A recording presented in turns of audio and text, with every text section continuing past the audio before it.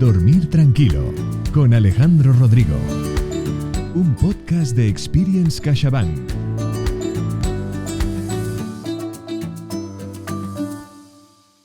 Bienvenidos a un nuevo capítulo de Disfrutar de la Vida, una iniciativa de Experience CaixaBank y Plataforma Editorial. Nuestro invitado de hoy es Alejandro Rodrigo, experto en intervención social y educativa con menores en riesgo de exclusión social, especializado en casos de maltrato intrafamiliar ascendente. También es fundador del programa Concordia, una consultoría que ofrece servicios de orientación y atención familiar. Y todo esto, además, lo cuenta en su libro Cómo prevenir conflictos con adolescentes, cuyo subtítulo es Claves para una convivencia feliz. Bienvenido, Alejandro. Jordi, un honor estar aquí contigo. Muchas gracias a la Plataforma Editorial y a Experience CaixaBank. En Experience CaixaBank les importa que las personas que quieren escuchar sus podcasts encuentren soluciones, pistas, ayudas, puntos de referencia para gestionar mejor su vida personal, su vida familiar. No hay nada que nos importe más que nuestras familias. Vamos primero a la biografía del autor. Alejandro Rodrigo nació en Madrid en 1981. Es diplomado en Magisterio y experto universitario en análisis e investigación criminal por la Universidad Autónoma de Madrid. Marido y padre de 2 hijas. Se dedica a la intervención social y educativa con menores en riesgo de exclusión social, así como la prevención de la violencia dentro del ámbito familiar. Ha sido durante más de 12 años técnico de libertad vigilada en Madrid, especializado exclusivamente en casos de maltrato intrafamiliar ascendente. Alejandro, tú te ocupas de aquello que es más importante para las personas, que es nuestros hijos, la familia. Cómo gestionar el amor cuando esto es aparentemente inexistente o casi inexistente. Tú pisas un territorio muy importante. Y vamos a hablar con mucho respeto y mucho cariño de cómo queremos a la gente que no sabe tal vez notar que les queramos. Vamos a ello, Alejandro. ¿Nos ayudas, por favor? Vamos a intentarlo, Jordi. Vamos a intentarlo. Vamos a ello. Pues venga. En tu experiencia trabajando con jóvenes en riesgo de exclusión social y sujetos a medidas judiciales, que esto es un tema que suena muy fuerte, ¿cuáles consideras que son los principales desafíos que enfrentan estos adolescentes y sus familias? Porque la familia es un sistema. ¿Cuál es el reto para esta gente? Bueno, el reto es titánico, Jordi. Imagínate que efectivamente he sido más de 12 años técnico de libertad vigilada, exclusivamente especializado en estos casos. Es decir, chicos que aquí en la Comunidad de Madrid están sujetos o estaban sujetos a medidas judiciales porque un juzgado había dicho que habían cometido un delito o una falta grave importante en casa. Esto es una debacle y esto es un terremoto dentro de la unidad familiar. Hay 2 cosas o 3 cosas que nos pueden tumbar la familia. La primera de todas es la salud, indudablemente. Y la segunda es cuando se te quiebran las relaciones con tus hijos, porque vienes de trabajar, llegas a casa y de repente, paradójicamente, llegas al infierno. Hay desafíos titánicos, de nuevo, que ellos mismos son los padres los que me lo han enseñado, ¿no? No es una recogida mía. Quizás el primero es el de la aceptación, aceptar la realidad que tienes en casa y muchas veces es invisible, no queremos verla. La segunda quizás sería la reinterpretación, reinterpretar qué es lo que está ocurriendo, porque todo el rato intentamos señalar con el dedo y echar la mirada al otro, ¿no? Mi hijo es el mal. Y quizás el éxito de todo esto, el milagro, es la reconciliación, cuando podemos llegar a resolver estos problemas o al menos a crecer. Quizás resolver y mirar con éxito sería demasiado ostentoso, pero la aceptación, la reinterpretación y la reconciliación son los mayores desafíos. En una de las entrevistas que te hizo un medio de comunicación, decías en un titular: si tu hijo no te soporta, no mires para otro lado, tienes un problema en casa. Y ese titular tuvo muchísimo feedback, como toda la entrevista. Sigo con la siguiente pregunta, Alejandro.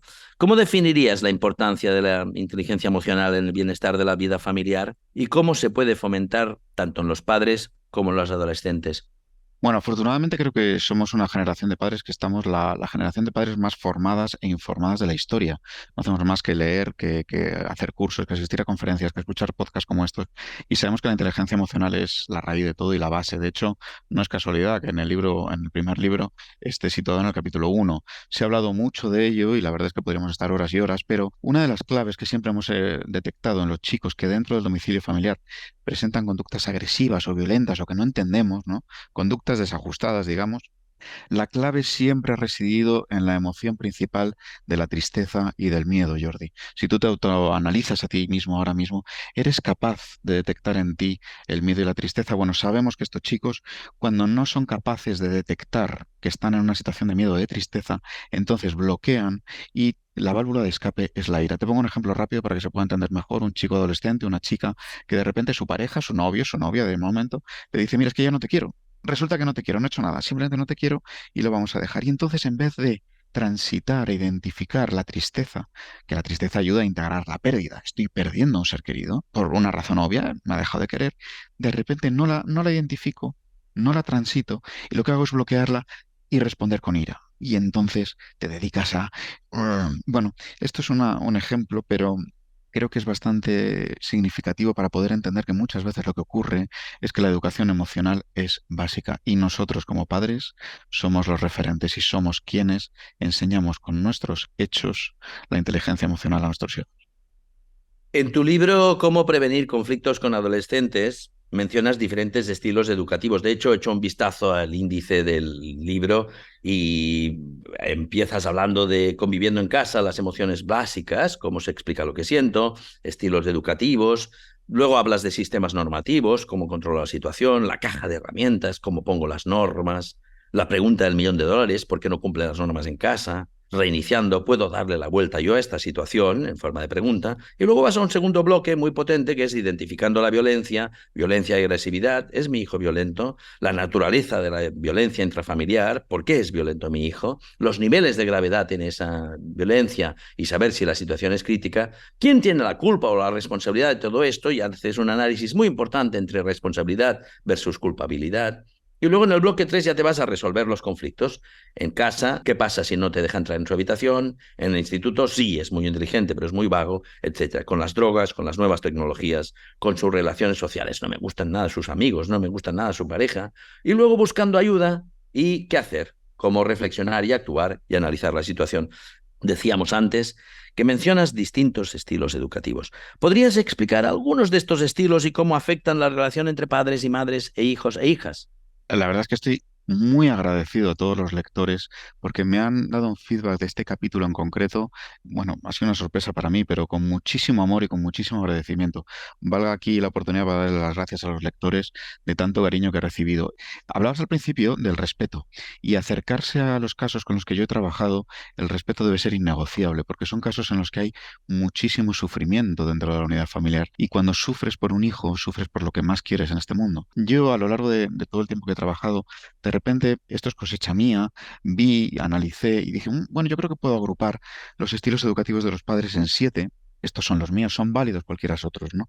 Pero lo importante de los estilos educativos no es tanto el verlos y leerlos y qué bien, sino la utilidad que tiene. La utilidad es hacer un ejercicio verdaderamente de introspección y de profunda sinceridad con uno mismo para detectarse en qué estilo es el predominante suyo. Es decir, si es que todo se basa en lo mismo, que es conocerse a uno mismo, ¿no? Una vez que uno identifica el estilo educativo que tiene, puede entender las fortalezas y las debilidades del mismo. Esto, Jordi, no es baladí. Si tú sabes cómo eres y sabes qué es lo potente tuyo y sabes dónde cojeas, casi, perdóname la metáfora, si haces un DAFO de ti como padre, con sinceridad, con confidencialidad, no se lo vas a contar a nadie, entonces sin duda ya estás ayudando a tu hijo, ¿no? De todos los estilos que pongo ahí, bueno, se desarrollan, pero yo me quiero centrar en uno, que es el que me preguntan siempre, que es el estilo ausente. Y no se trata de no estar en casa. Yo tenía un padre que trabajaba, me acuerdo mucho, en el juzgado en Irlanda, de lunes a sábados, y solamente volvía los domingos a casa, y sin embargo el padre tuvo la capacidad de cuando este chico, en el recreo de un martes cualquiera de octubre, se iba a acercar a esta chica a decirle hola, el padre desde Irlanda le llamó al mediodía y le dijo, ¿qué? ¿Al final lo has hecho o no? Wow, esto es un padre presente. Y ser un padre presente no quiere decir tener el tiempo de calidad y llevarle a las 17 actividades extraescolares, sino quiere decir una frase que es contundente y que pido perdón por lo que voy a decir, pero es un que te importe tu hijo verdaderamente. Me importa mi hijo. O sea, ¿quién es mi hijo? ¿Quién es mi hija que está ahí sentada? ¿Me importa o tengo la cabeza 100% fuera? Cuando podemos identificar esto, que es bastante doloroso, sin embargo es un paso adelante importantísimo porque, y con esto concluyo, los chicos en despacho siempre te dicen esta misma frase que a mí me emociona siempre y es un, mira Alejandro, mi padre y mi madre cometieron muchos errores, pero nunca me abandonaron. Se la lié mucho y nunca me abandonaron. Esto es un tesoro. Yo digo siempre que soy un presenciador de milagros y cuando un chico te dice que su padre nunca le abandonó, tenemos que estar muy agradecidos de lo que hemos presenciado. Para las personas que están escuchando este podcast, puedo decirles que es maravilloso hacer un podcast, que lo único difícil en un podcast es decir la palabra podcast, pero que es ver en la grabación que estamos haciendo la cara de Alejandro contando esto, enlaza con una sinceridad absoluta, con una sinceridad y una transparencia absoluta, con dos frases más que fueron también elegidas por dos medios más como titulares, que enlazan con lo que nos ha dicho Alejandro. Cito a Alejandro: no hay nada más dañino para un hijo que sentir que no le importa nada a su padre. Y otra frase que también fue titular en otra entrevista: lo que el adolescente precisamente quiere es que no le abandonemos, aunque no lo exprese. Las nuevas tecnologías son sensacionales porque ponen a las personas en contacto, pero las personas que no nos están viendo ahora no se pueden imaginar con qué emoción, sinceridad, profundidad, claridad y luz se le iluminaba a Alejandro la cara al contar esto. No abandonar a la gente que queremos. Querer no es fácil, naturalmente, no siempre es fácil.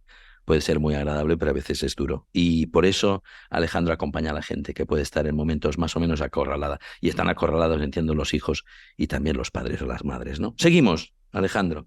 ¿Qué consejos puedes ofrecer a los padres, a las madres, para establecer un sistema normativo adecuado y efectivo en el hogar sin caer en la rigidez o la permisividad excesiva? Qué difícil. Aquí hay que irse a la individualidad de cada caso, porque lo que trabajamos con el caso de las 5 de la tarde es radicalmente distinto a lo que trabajamos con el caso de las 6 de la tarde. Si hubiera una cámara detrás en el despacho diría, pero ¿cómo puedes decir al de las 5 que sea así y al de las 6 que sea así? Que es justo al contrario. No, bueno, no es algo que sea incoherente, sino que hay que ajustarnos verdaderamente a cada uno. Bueno, yo creo que estamos, Jordi, en... Me has dejado emocionado con todo lo anterior, pero yo creo que estamos ante una grave crisis, ya no de autoridad, que ya lo sabemos, sino de referentes. Buscamos referentes continuamente fuera, cuando el verdadero referente de nuestro hijo somos nosotros mismos. Y esto es profundamente emocionante cuando tu hija o tu hijo te mira, ¿no? Y ves esa mirada de, wow, papá. Estamos cansados de dar discursos elaborados con yuxtaposiciones y subordinadas y llegar al concepto, cuando lo único que quieren es que nosotros les enseñemos con la acción, ¿no? Yo creo que en esta grave crisis de referentes, la primera mirada es hacia nosotros mismos y cuando con sinceridad entendemos, podemos entonces aplicar cosas como, por ejemplo, y digo así al tuntún, que se me viene ahora, diferenciar entre riesgos y peligros. No es lo mismo que nuestro hijo esté en una situación de riesgo en la que hay que apoyarle y fomentar la autonomía para que se enfrente a ella, va a ser un adulto que luego se va a enfrentar a los riesgos, que estar en una situación de peligro. Cuando nuestro hijo o nuestra hija está en una situación de peligro, es absolutamente imprescindible que tú como padre la cojas y la saques de la situación de peligro. Ya lo decía Sigmund Freud, que yo creo que está algo validado, que no entendía mayor protección a los hijos como la primera responsabilidad de un padre, ¿no? La mirada hacia adentro, esto que yo llamo que es el silencio interior, el poder parar y ver de verdad quién eres como padre y quién no eres. Hubo un padre una vez que me decía en despacho en el juzgado, Alejandro, yo en mi empresa doy una orden y se cumple y en mi casa no. Bueno, esta frase ya explica por sí mismo todo, ¿no? Todo dónde está esta mirada hacia ti mismo, hacia adentro. Y a mí me gusta mucho terminar con esto. La base es el amor, el estar presente, y la base es ser firme. Y la base es no intentar impostar normas, sino verdaderamente ser firme y transparente en quien tú eres. Cuando yo en el 2005 empecé a trabajar en un centro de internamiento de menores, intentaba todo el rato imponer la ley. Y ellos me miraban y con la mirada decían, ¿pero a dónde vas? ¿A dónde vas tú ahora aquí si no te lo crees? Hay que creérselo, si no, esto no va de cómo pongo un límite así o así. Esto va de verdaderamente conocerse y ser transparente y verdadero. Esto enlaza con otro titular de una entrevista tuya muy buena donde decías: las normas, los límites son parches momentáneos que podemos poner, pero lo verdaderamente importante es que nosotros seamos referentes. Y de ello estabas hablando. Ser referente también es reconocernos, todos nosotros, como padres o madres, que no todo el mundo puede ser el padre o la madre de un genio, de un héroe o no sé qué. Las personas somos normales y los padres y madres somos normales y gestionamos nuestra vida también como podemos. Se trata de ser conscientes de ello. Por eso puedes intentar ser un referente mejor, entiendo. Vamos a ir terminando la entrevista con un par o tres de preguntas más, Alejandro. Abordar la agresividad y la distancia en la relación con un adolescente puede ser un reto. ¿Puedes compartir alguna estrategia específica que pueda ayudar a los padres en esta situación? Porque cuando hablamos de agresividad, que es muy notorio lo dura que es, pero también la distancia también hace daño, ¿no? El silencio también hace daño, ¿no? Hago un paréntesis. En un gran escritor alemán, Joseph Roth, en una obra maestra, La marcha de Radetzky, habla de un padre y un hijo, los dos son militares, están enfadados, estamos hablando de una obra escrita hace casi 100 años, y el hijo está enfadado con el padre y el padre espera una carta del hijo y el hijo está tan enfadado que no le escribe. Y el escritor Joseph Roth dice que el padre cada día no es como si no le llegase una carta, sino que es como si cada día le llegase el silencio, que es espectacular. Me emociona en esta entrevista contigo, Alejandro, hablar de Joseph Roth, un gran escritor alemán en lengua alemana. Vamos a eso. Identifiquemos factores, por favor, Alejandro, factores comunes que contribuyan a los conflictos en la adolescencia, porque así las familias saben por qué está pasando esto. Y tú que has ayudado a muchas familias a fortalecer el vínculo, coméntanos aparte de estos factores, cuéntanos alguna experiencia memorable que te enriquezca y que sea iluminadora y que tenga un impacto significativo en una familia, por favor. Bueno, experiencia memorable hablabas de la marcha Radetzky, que como todos sabemos también es una obra, ¿no?, de música clásica, donde el padre Johann Strauss senior y el hijo Johann Strauss junior de repente se enfadan y el padre le retira la palabra a Johann Strauss hijo. Oh, Dios mío, ¿puede haber algo más memorable que ese amor roto, que esa madre que lucha por todos los otros hermanos? Nos perdemos, vamos al lío. Viva la marcha Radetzky, por cierto, Jordi. Bueno, las experiencias memorables no podemos citar casos, son experiencias y son momentos en los que un chico te escribe un WhatsApp años después diciéndote: hey, ¿qué tal, Alejandro? ¿Cómo va la vida? ¡Wow! Esa contundencia. Como un chico al que solicitaste la modificación de la medida judicial por un internamiento. Imagínate que yo ahora te cojo a ti. Esta fue mi labor durante tantos años y te digo que estamos valorando la modificación de la medida de uno de tus hijos a internamiento. Y que sin embargo este chico un año después cuando sale vuelve contigo a trabajar en el despacho y te da un abrazo el primer día. Y te dice: pues está un poco duro. Y tú le miras a él y te dice: pero gracias. Wow, esto son experiencias. Hablaba antes del presenciador de milagros, que es: no te miro a la cámara porque es profundamente emocionante. Bueno, para mí una de las claves que estaría bien que todos pudiéramos entender en la agresividad es diferenciar si nuestro hijo es agresivo, reactivo o instrumental. Es decir, con esto acabo. Instrumental es cuando está diseñando un plan para conseguir un fin. Ahí hay mucha premeditación, ahí tenemos un peligro que atender. Reactivo quiere decir cuando nuestro hijo entiende que lo que nosotros estamos haciendo como padres es una agresión hacia él. Y entonces volvemos a la educación emocional, bloquea la pena y la tristeza y no responde con ira. Él se ve agredido y responde agrediendo. Saber diferenciar estas dos cuestiones será vital para luego el futuro. La gran ventaja de una entrevista es que puedes apretar el stop, rebobinar y volverla a escuchar, porque de lo que estamos hablando es algo tan importante, porque en esos matices uno puede entender la cosa mejor y por tanto actuar mejor. Vamos terminando, Alejandro. Tú trabajas con casos reales y eso puede ser emocionalmente desafiante. ¿Cómo logras mantener la empatía y la escucha activa mientras te enfrentas a situaciones difíciles con adolescentes y sus familias? Mira, Jordi, nuestro segundo libro, Adolescencias Reales desde Dentro, ha sido un libro profundamente terapéutico para mí. He llorado y me he reído yo solo escribiéndolo conmigo mismo. Esto no lo sabe nadie, te lo comparto a ti, aquí y ahora. He llorado, he sufrido y me he emocionado. Sin embargo, ahí detallo uno de los niveles para mí más importantes de la escucha activa, que tiene 3 herramientas y las voy a decir rápido, esto daría para otro podcast entero, pero la primera es escuchar activo e intentar destruir los fantasmas que se van colando durante la comunicación con tu hijo. Pues bueno, está bien que vengan los fantasmas. Yo en el libro escribo: ay, me olvidé de comprar plátanos. Bueno, bien, viene, lo dejas pasar, sigues. El segundo nivel sería conseguir entender todo lo que no te está diciendo tu hijo. Ahí hay un discurso, pero en el discurso esto vale para hijos, para alumnos o para trabajadores que tiene alguien en una empresa. Algo te está diciendo que no son las palabras. Puede ser un mensaje, sin embargo, totalmente radicalmente distinto. Y el tercero es ser capaz de mantener una visión, la primera, la segunda y además el lenguaje no verbal que tiene. Pero sobre todo, aquí la clave es que hay un mensaje encriptado que no estamos entendiendo. Nuestro hijo nos lanza un mensaje codificado y nuestra labor no es anclarnos en la conducta, en la batalla que nos quiere plantear. Nuestra misión verdadera es descifrar y descodificar ese mensaje que normalmente ni él mismo sabe lo que es.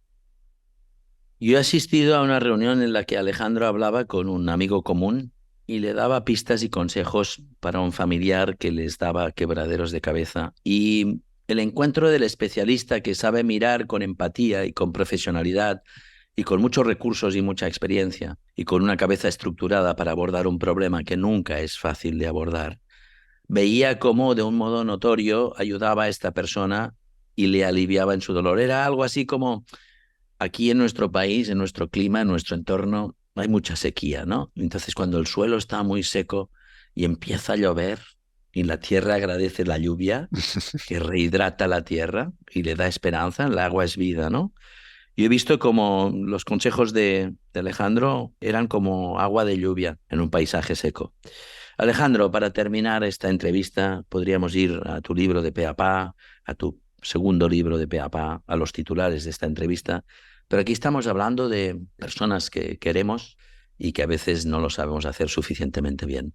Cuando te faltan los recursos para hacerlo suficientemente bien, pero lo quieres intentar porque te importan las personas, ¿cuál es la palabra, el instrumento, la técnica, la herramienta mágica para que no se rompa el hilo?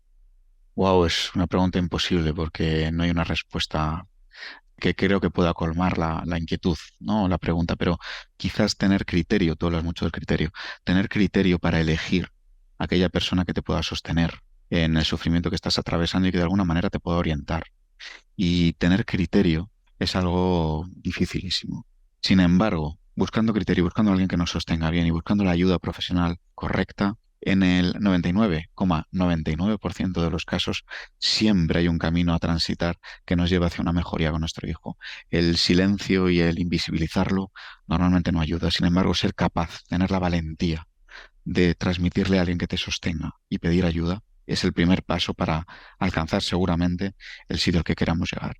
Pues como el territorio del amor es un territorio que hay que transitarlo y hay un camino, y como decía Constantino Cavafis, el sentido de la vida es el viaje, no el destino. El libro, el pensamiento, los libros, el pensamiento de Alejandro Rodrigo nos ayudarán y serán como unas buenas zapatillas para iniciar el particular camino de cada uno de nosotros a la hora de intentar entendernos mejor con nuestros hijos. Nuestros hijos no son ideales porque los padres no son ideales. No existen las cosas ideales, o existen, pero el mundo real es plural. La psicología diferencial estudia a las personas porque son todas diferentes, ¿no? Y Alejandro, entiendo que en tu trabajo quieres entender a las personas de un modo distinto, pero entiendo que la clave es conocimiento y amor, o lo que decía Erasmo de Rotterdam, la educación era amor y perseverancia, ¿no? Perseverancia es hay que batir el cobre y trabajarlo. Sé que ayudas a la gente, yo te he visto ayudar a gente y he visto a gente siendo ayudada, cómo se alivia su carga de su mochila. Gracias, Alejandro, por esto. Gracias por ayudarnos a pensar cómo podemos querer mejor a gente que a veces no sabe cómo dejarse querer. Y aquí está tu libro, Cómo prevenir conflictos con adolescentes, y tu nuevo libro que acaba de salir, que lo has titulado ¿cómo, Alejandro? Adolescencias reales desde dentro, un libro en el que he puesto mi alma y mi agradecimiento a todos esos casos que al final, ¿sabes qué? Igual que yo hoy contigo, yo hoy aprendo de ti y todos los chicos a mí me han enseñado cosas titánicas. Los sufíes decían que, cito el pensamiento sufí, es por la herida que entra la luz. Fin de la cita. Cuando hay un problema muy grande hay una herida, pero por esa grieta entra luz. Cuando yo he visto y he escuchado y he leído a Alejandro, siempre se ha iluminado no solo la pantalla, sino un momento de oscuridad se ha visto interrumpido porque está entrando la luz. Gracias, Alejandro, por tu tiempo. Hemos tenido una reunión fantástica donde hemos podido hablar para Experience CaixaBank de un capítulo fundamental de disfrutar de la vida, que es cómo querer a la gente, incluso cuando son complicados, aunque sean nuestros hijos. Gracias, Alejandro. Ha sido un honor. Muchas gracias, Jordi. Y en el próximo capítulo nos acompañará Belén Ramírez, doctora cum laude en Derecho con un máster en International Business que ha realizado estudios de especialización en liderazgo e inteligencia emocional y en neurociencia. Con ella aprenderemos a diseñar un plan de activación energético para rendir más y vivir mejor. Síguenos en las redes sociales de CaixaBank Experience para disfrutar de un contenido que te hará la vida más fácil.